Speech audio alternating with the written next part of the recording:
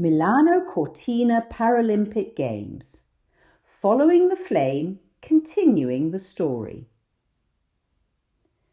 After the flame, the meaning. When the flame has passed through the streets, when the applause fades and the torchbearers disappear into memory, something remains suspended in the air. A question: what comes next? Welcome to the continuation of the journey begun in Milano Cortina, Follow the Flame. If that first podcast invited us to watch, to feel and to anticipate, this second step asks us to understand, to look backwards before moving forward, to recognise that the Milano Cortina Paralympic Games are not an isolated celebration, but the latest chapter in a long, unfinished human story. The Paralympic Games do not emerge suddenly every 4 years. They arrive carrying history, struggle, and quiet revolutions that began far from television cameras, where the Paralympics truly began. The Paralympic story does not start with medals, flags, or ceremonies. It starts in 1944 in a hospital in Stoke Mandeville, England.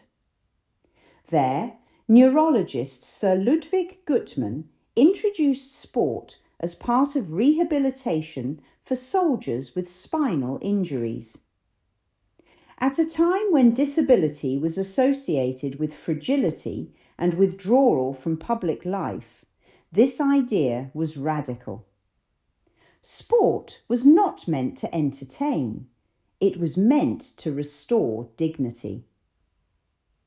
In 1948, on the same day the London Olympic Games opened, the first Stoke Mandeville Games were held. 16 athletes competed. No grandstands, no sponsors, no applause from the world. Yet something irreversible had begun. What followed was not inevitable progress, but persistence. Year after year, athletes demanded space, not sympathy.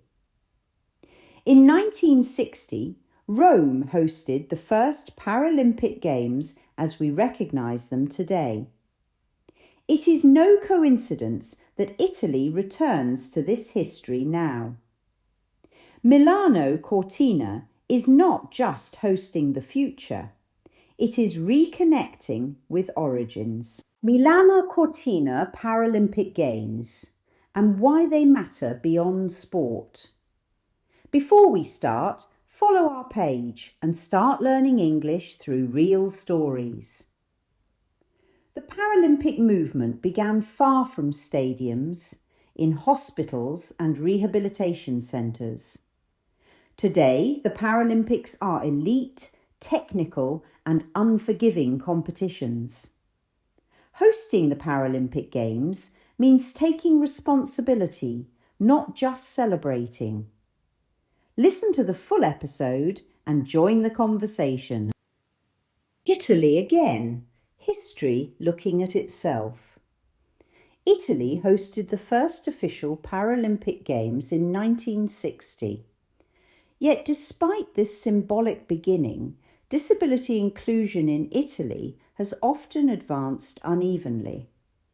Laws exist, infrastructure sometimes follows, mentalities lag behind. This is why Milano Cortina matters.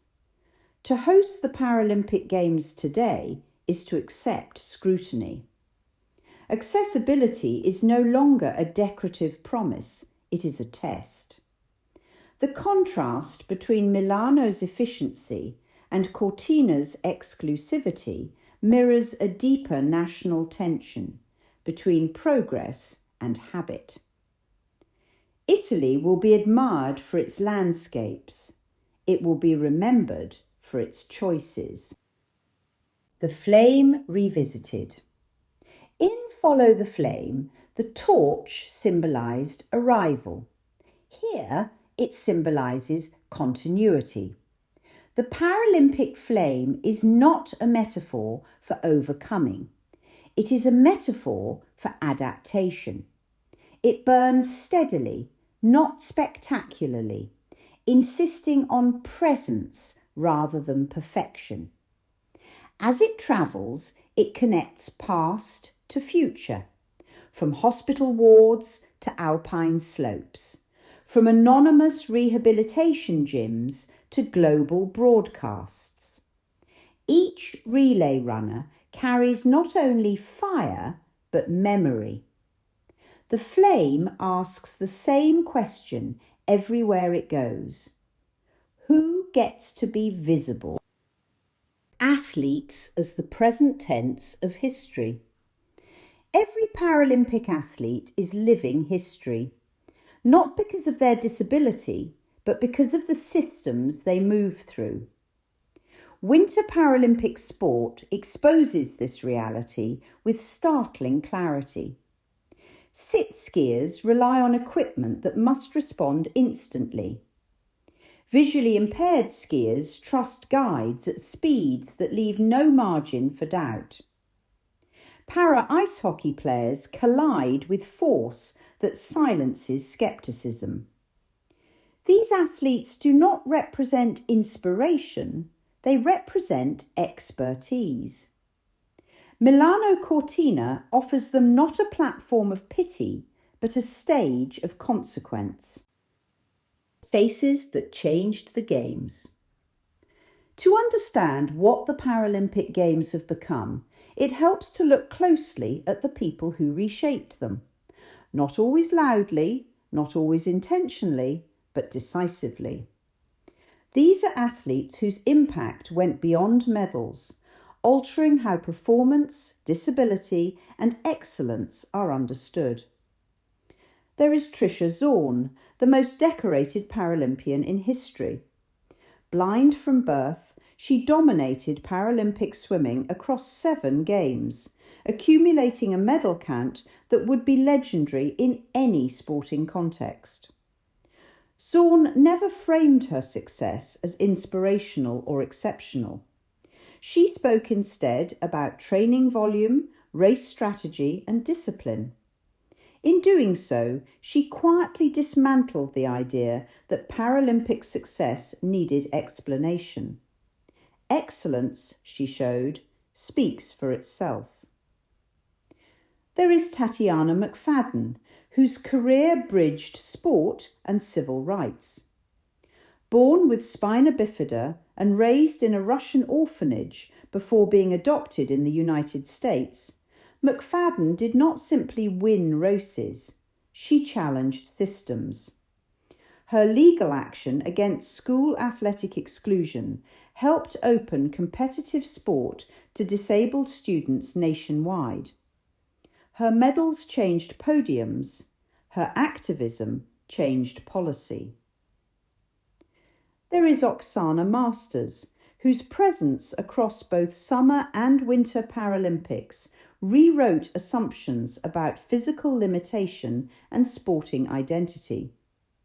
Competing and medaling in rowing, cycling, cross-country skiing and biathlon, Masters embodies the Paralympic principle that adaptation is not a constraint but a skill. Her career makes clear that versatility, not categorization, defines elite sport. Italy's Paralympic history is inseparable from figures who transformed national perception as well as international results. There is Alex Zanardi, whose name has become synonymous in Italy with reinvention. After losing both legs in a racing accident, Zanardi returned to elite competition through hand cycling, winning multiple Paralympic gold medals. Yet his impact extended far beyond results. He altered Italian media language around disability, refusing narratives of tragedy or heroism. Zanardi presented himself simply as an athlete, competitive, demanding, and uncompromising. There is Bibi Vio, whose success in wheelchair fencing reshaped visibility for Paralympic sport in Italy. Amputated following illness as a child, Vio became a Paralympic champion, while also emerging as one of the most recognisable athletes. These athletes are not exceptions, they are architecture. Journalism at a crossroads. The Paralympics have often been narrated with soft voices and safe language. Courage is praised, context is avoided. But history deserves honesty. To report on the Milano Cortina Paralympic Games as a follow-up to Follow the Flame means changing tone. It means analysing tactics, budgets, infrastructure, and power. It means asking why some stories are still considered surprising. True inclusion begins when coverage becomes critical rather than celebratory. Legacy is not a feeling. The history of the Paralympics teaches one lesson clearly. Progress disappears without structure. Milano Cortina's legacy will not be found in commemorative videos, but in quiet permanence, in lifts that work, in sports clubs that remain funded, in decision makers who include disabled voices as standard. The Games should leave behind fewer emotions and more access. Education, the long game. The Paralympic movement has always understood time differently. Change is slow. Cultural shifts take generations. This is why education matters more than spectacle. When students learn that the Paralympics began as resistance, not charity, they inherit a different narrative. Disability becomes history, politics, and identity, not exception. Milano Cortina can teach this if it chooses to. Completing the introduction.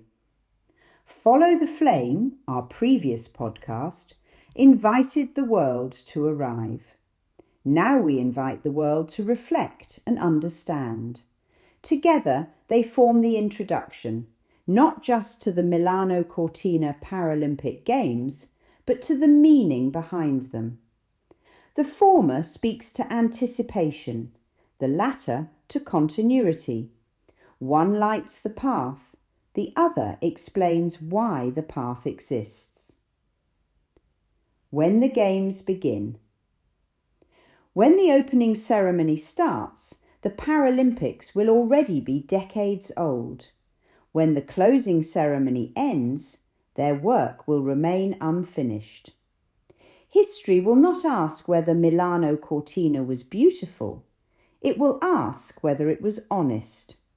If Italy allows the flame to illuminate not only its stadiums, but its structures and assumptions, then these games will not simply follow history, they will move it forward. Join the conversation. This story does not end with this podcast, so stay tuned for the episodes to come. And it should not be a one-way broadcast. If you are watching this on YouTube or Spotify, or even if you are listening from the Get Going Experience website, we invite you to leave a comment and become part of the conversation that follows the flame. Share your personal thoughts, your experiences with disability or sport, and the insights these games awaken in you. Tell us what inclusion looks like in your city, what still needs to change, and what the Paralympic movement means to your life. Thoughtful comments extend the legacy beyond the screen. They turn spectators into participants and listening into action. Your voice matters. Carry the flame forward. So, let us know what emotions the Games awaken in you. Who and which sport will you follow, and from where? How learning about the event, including the Paralympic movement, enriched your perspective? Which athlete stories or moments from past games have left a lasting impression on you? Your reflections will help shape a more honest, shared narrative, one that continues long after the flame is extinguished, and will form the basis of the continuation of our coverage of these spectacular games.